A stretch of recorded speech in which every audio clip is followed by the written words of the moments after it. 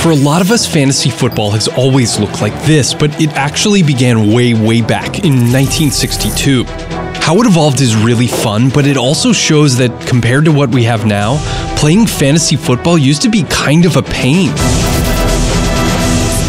We're in a golden age of fantasy football. With NFL Fantasy Football, you can watch instant video highlights, access free live scoring, and create custom leagues. The game is so popular that if all North American fantasy players founded a country, it'd be the 24th largest in the world. Which makes it weird to think. It wasn't always like this. Fantasy football was created before the personal computer, even before the modern NFL itself, by a group of people in need of an outlet. They were fans of the 1962 Oakland Raiders. That year, Oakland went 1-13 and set an AFL record for lowest winning percentage, and it was during a dismal 3-game East Coast swing that fantasy became reality. Bill Wink Winkenbach, a part owner who had previously created fantasy golf, huddled with 2 other long-suffering Raiders fans in a Manhattan hotel room and sketched out a system of rules. It was the nucleus of the, say it with me, Greater Oakland Professional Pigskin Prognosticators League, or GOPPPL, the first fantasy league in history. It met in Wink's rumpus room. The GOPPPL charter has survived, and a lot of it actually looks pretty familiar. There are weekly head-to-head games, a snake draft, and even institutionalized trash talk involving a dunce trophy. And already there were fantasy busts.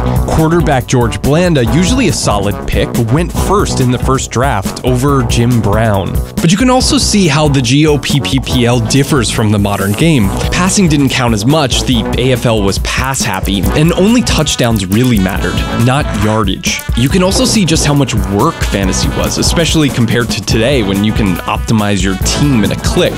Players then had to submit rosters by Friday at noon to a league secretary. Yeah, there was a secretary who had to keep track of rosters and scores. And because the GOPPPL only took players who had some stake in the Raiders franchise, the game didn't spread until Andy Musolimas took over. He was the guy that picked George Blanda in the first round. In the late 1960s, Andy bought King's X Pub, where he formed the first public fantasy league. The stories are pretty wild. People would pack the bar every Friday night to post their lineups before the 9 p.m. deadline. Andy's 2 big innovations. Yardage finally counted towards scores, and he invited women to play in 1974. Again, it was hard. Local outlets didn't carry scores from across the league, so Andy would call papers in other cities and beg them for results. They thought he was a bookie. And there was so little info out there that at least once a player that had unexpectedly passed away ended up being drafted. From then on, the game slowly drifted across the country. In 1984, a pair of friends self-published a book that explained how to run a league. In 1988, you could buy computer programs that kept track of your league. For only $69.95. But it wasn't until free fantasy leagues popped up online that the game broke through, although there was at least a little assist from The Greatest Show on Turf. From then on, fantasy's popularity has grown exponentially and even been embraced by the official game. So the next time you look up player stats in seconds, substitute your running back a minute before kickoff because you have a hunch, or even just join a league from your couch, remember the pioneers that came before you, the pioneers of Oakland, and be thankful for this, the golden age of fantasy football. We are sure that you're aware of famous cities everywhere, the ones that